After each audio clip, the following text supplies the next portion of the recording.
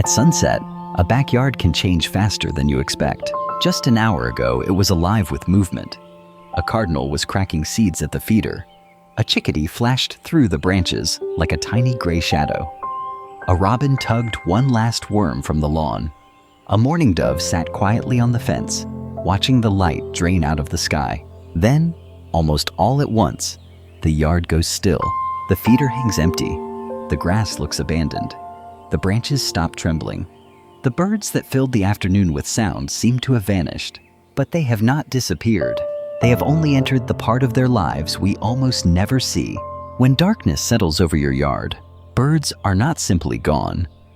They are hiding, conserving energy, listening for danger, escaping the cold, avoiding predators, and sometimes, high above your roof, flying through the night on journeys that cross entire continents.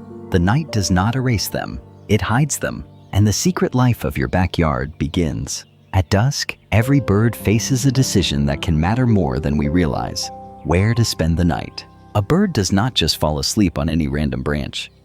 For many species, choosing a roost is a survival strategy.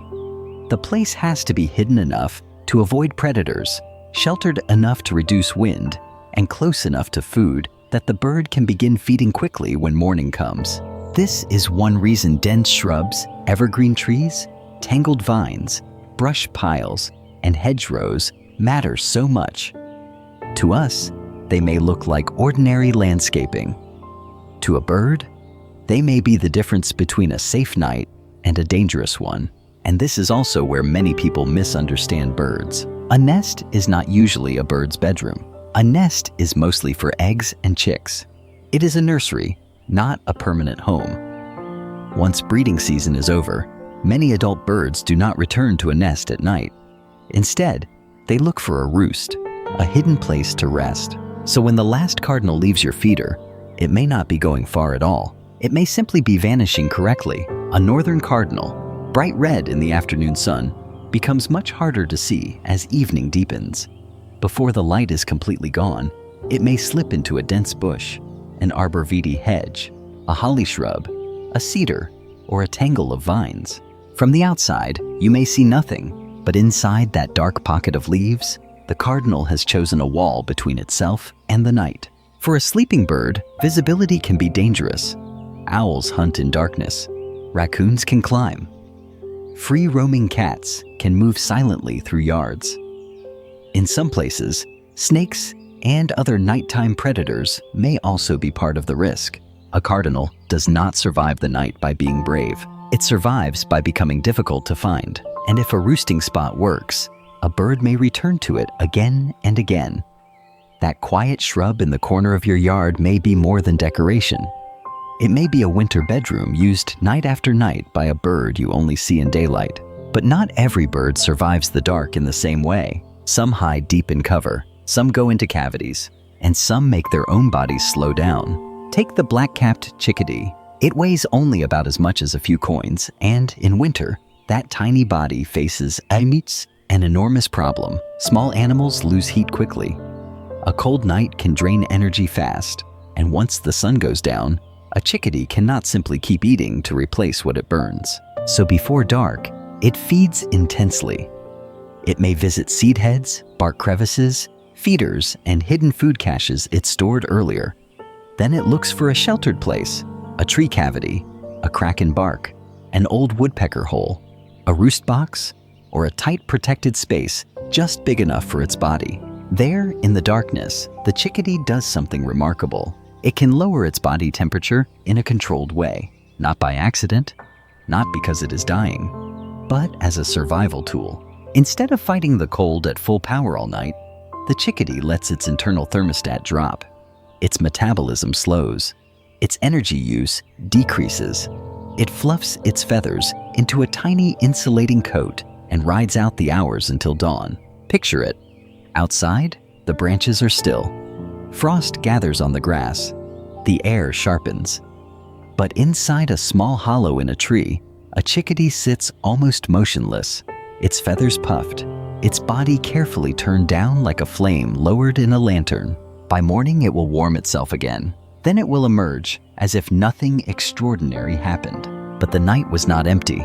It was a test, and the chickadee survived by becoming colder, slower, and quieter. Some birds, however, do not face that test alone. In daylight, many birds protect space. They defend feeding areas. They chase rivals. During breeding season, a pair of eastern bluebirds may guard a nest box with surprising intensity. But winter changes the rules. When the night is cold enough, distance can become a luxury. Some birds may gather together in cavities or roost boxes, sharing body heat in a space small enough to hold warmth. Bluebirds have been observed using nest boxes as winter shelters, sometimes with several birds packed inside. Wrens and other cavity-using birds may also take advantage of protected spaces when the temperature drops. This does not mean every bird sleeps in a group. It does not mean every nest box becomes a winter hotel, but it does reveal something important. A backyard can provide more than food. It can provide shelter. A standing dead tree, if it is safe to leave in place, may hold cavities. A thick evergreen may block wind. A roost box may protect birds on bitter nights. A messy corner of shrubs may be more valuable than a perfectly clean lawn. At night, your yard is not just scenery. It is infrastructure, and for a bird, that infrastructure can be life support. Still, even in the best hiding place, birds do not completely switch off. The backyard after midnight may look like a still photograph, but to a bird, it is full of information.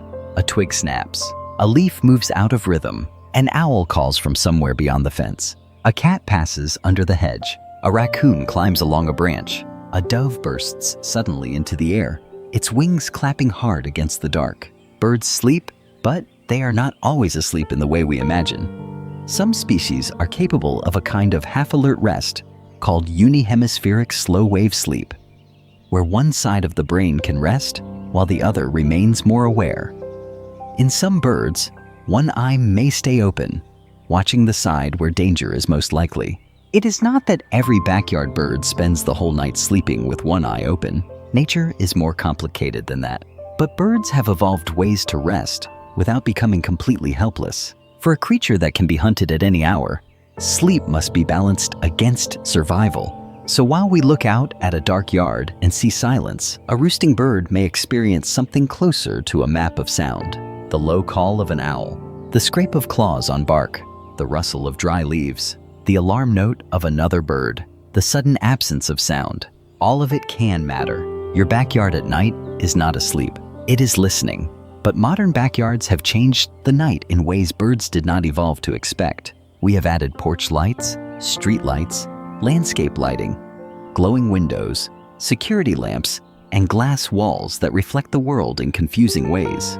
For us, a porch light is convenience. For a bird, it can be a false signal. Artificial light can make the night thinner. It can shift behavior, affect when some birds sing, and create serious risks for migrating birds. In cities and suburbs, birds may be drawn toward light, pulled into areas where buildings, windows, and exhaustion become dangerous. If you have ever heard a bird singing long before sunrise, one possible singer is the American robin. Robins are early singers, and in places with streetlights or bright yards, they may begin vocalizing while it still feels like night to us. But the larger problem becomes especially important during migration. In spring and fall, millions of birds move after dark. Many songbirds migrate at night, traveling while the air is cooler, calmer, and often safer from daytime predators. They fly over forests, farms, neighborhoods, highways, cities, and backyards. Most people never see them, but radar can. Projects like Birdcast use weather radar to estimate where birds are moving, how many are in the air, and which direction they are traveling. On peak migration nights, the sky over the United States can hold hundreds of millions of birds in motion. In fall 2025, Birdcast recorded nights with more than 1 billion birds moving south across the country. That means while your feeder sits empty and your yard looks still, the air above your roof may be part of a living river. Warblers, thrushes, sparrows, tanagers, flycatchers, hummingbirds, birds small enough to fit in your hand may be traveling through darkness with astonishing precision. guided by stars, magnetic cues, geography, memory, weather, and instinct. Some ruby-throated hummingbirds, during migration, can make extremely long flights, including routes that may cross the Gulf of Mexico. The bird you see at a feeder in spring or fall may be the visible result of a journey that happened mostly beyond human sight. Not all of these birds will land in your yard. Not every night is a major migration night, but during peak seasons, the quiet sky above an ordinary neighborhood can become one of the busiest places on Earth. And this is where the small choices around a home begin to matter. Turning off unnecessary outdoor lights during migration periods can help reduce confusion and risk. Motion sensors are better than lights that burn all night. Downward-facing fixtures are better than lights that spill upward. Closing curtains can reduce bright windows. Making glass more visible can help prevent collisions. A darker yard is not an empty yard.